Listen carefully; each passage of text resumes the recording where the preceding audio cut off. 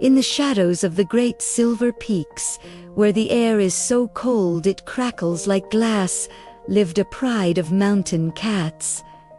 These were the lynx masters of the hunt, ghosts of the snow. But even among ghosts, there was a restless noise. The young lynx spent their days proving their worth through exhaustion. They believed that to be a king of the mountain, one must always be moving. They sprinted through deep snow until their lungs burned. They lunged at every shadow, hissed at every passing breeze, and reacted to every falling leaf. Their world was a blur of adrenaline and anxiety. They thought that being fast meant being first, and being loud meant being powerful. But then there was Kael.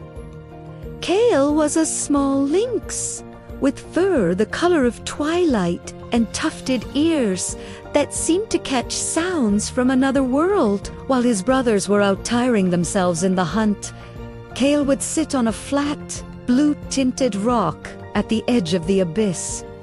He didn't run. He didn't hiss. He sat. His paws were tucked neatly under his chest, and his golden eyes were fixed on the horizon, not with the hunger of a hunter, but with the patience of a mountain. "Kael, you are wasting your youth," the others would shout, their breath steaming in the cold air. "The deer are running, the wolves are howling. If you don't move, the world will leave you behind." Kael didn't even blink. He whispered to himself, "Movement is not always progress. A noise is not always life." One evening, the sun didn't set. It was swallowed. A wall of white, a blizzard known as the Soul Stealer, began to roar down from the peaks. This wasn't just whether it was a force of nature that erased everything in its path. The pride of lynx did what they always did. They reacted. They began to run. They tried to outrun the wind. They scrambled toward the lower caves, their paws slipping on the ice, their hearts hammering in their chests. They fought the blizzard. They snarled at the snow. They used every ounce of their legendary speed to escape the inevitable. But the storm was faster. It blinded them. It confused their senses. The more they ran, the more they lost their way. They were trapped in a circle of their own panic, exhausted and frozen, huddling together in terror as the world turned white. But Kael stayed on his rock. He saw the storm coming miles away. He didn't feel fear. He felt the change in the air's weight. He knew he couldn't outrun the Soul Stealer. Instead of running, Kael found a narrow crevice behind his raka space, just large enough for his body. He didn't fight the cold. He curled into it. He slowed his heart. He lowered his ears. He listened to the scream of the wind as if it were a song. He realized that the storm had a rhythm. There was a moment of fury, and then a moment of breath. He knew what the others didn't. Not every storm is meant to be fought.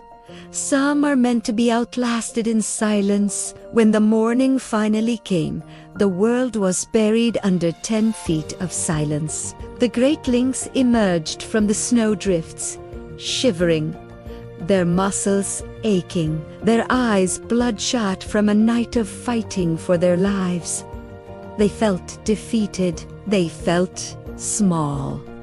They looked up toward the high ledge, expecting to find Kael frozen or gone. Instead, they saw him stepping out from his crevice. He stretched his limbs slowly, his fur dry and his eyes as bright as the morning sun. He hadn't lost a single drop of energy. While they were broken, he was renewed. "How?" they whispered, their voices cracked from the cold. We are the strongest. We ran the fastest. We fought the hardest. Yet you are the only one who looks as if the storm never happened? Kael looked down at the vast white valley and spoke. His voice was soft, but it carried further than any roar. You fought the storm because you thought you could win. I honored the storm because I knew I couldn't.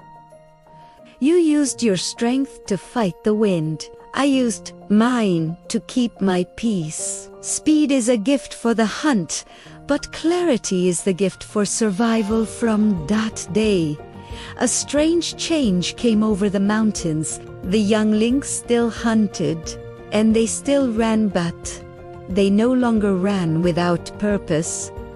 They learned to pause. They learned to sit on the blue rocks and listen to the secrets of the wind. They realized that the world is a noisy place, full of distractions that demand our energy, our anger, and our fear. They learned that the most powerful creature in the forest isn't the one who reacts the fastest, but the one who can remain still while everything else is falling apart. The conclusion: in your life, the storms will come. People will rush around you, shouting that you aren't doing enough, that you are too slow, that you need to fight every battle. But remember the little lynx? Wisdom is not about having an answer for every noise. It is about having the courage to stay silent. It's about trusting your inner peace when the world is in chaos. In a world that never stops talking, the most powerful thing you can do is listen. In a world that never stops running, the bravest thing you can do is stay still, because true power isn't about being the fastest. It's about being the one who is still standing when the wind stops blowing. If you liked this story, please subscribe and leave a like so we can make many more stories like this.